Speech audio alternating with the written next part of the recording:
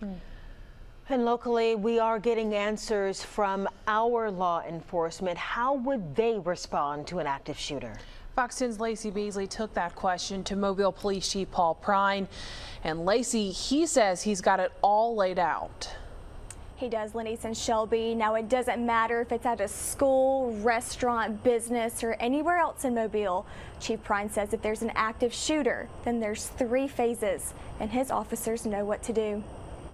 I will reserve judgment on what happened out west, primarily because I don't have all the firsthand information, but I can tell you how we would respond without hesitation. Following new information regarding the gut-wrenching school shooting in Uvalde, Texas, many are disappointed with how law enforcement waited for more than 45 minutes before engaging the shooter. There could have been 100 different reasons to have slowed them down. I don't know why. You think that somebody would have just busted on in and checked it out, but they didn't.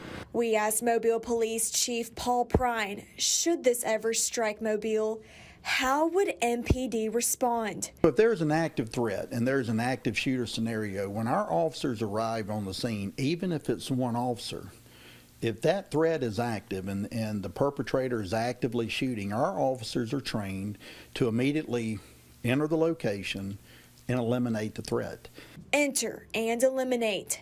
Then phase 2 follows. Once the threat has been eliminated, we move into a secondary phase, if you will, where we continue to clear the location for any other threats that may be available there, another shooter.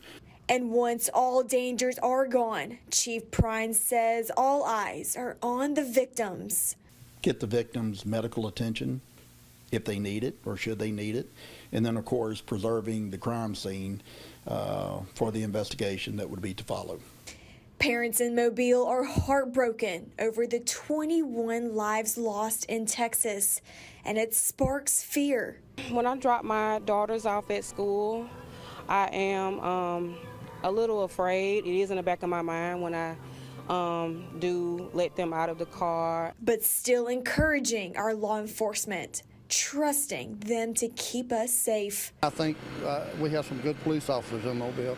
I think that they would step up and do what they are paid to do. There is tight security here, but I just want us to learn from this tragic event and just keep up the good work that we're doing. And Chief Prine says his prayers are with the families of the victims. Reporting live in Mobile, Lacey Beasley, Fox 10 News.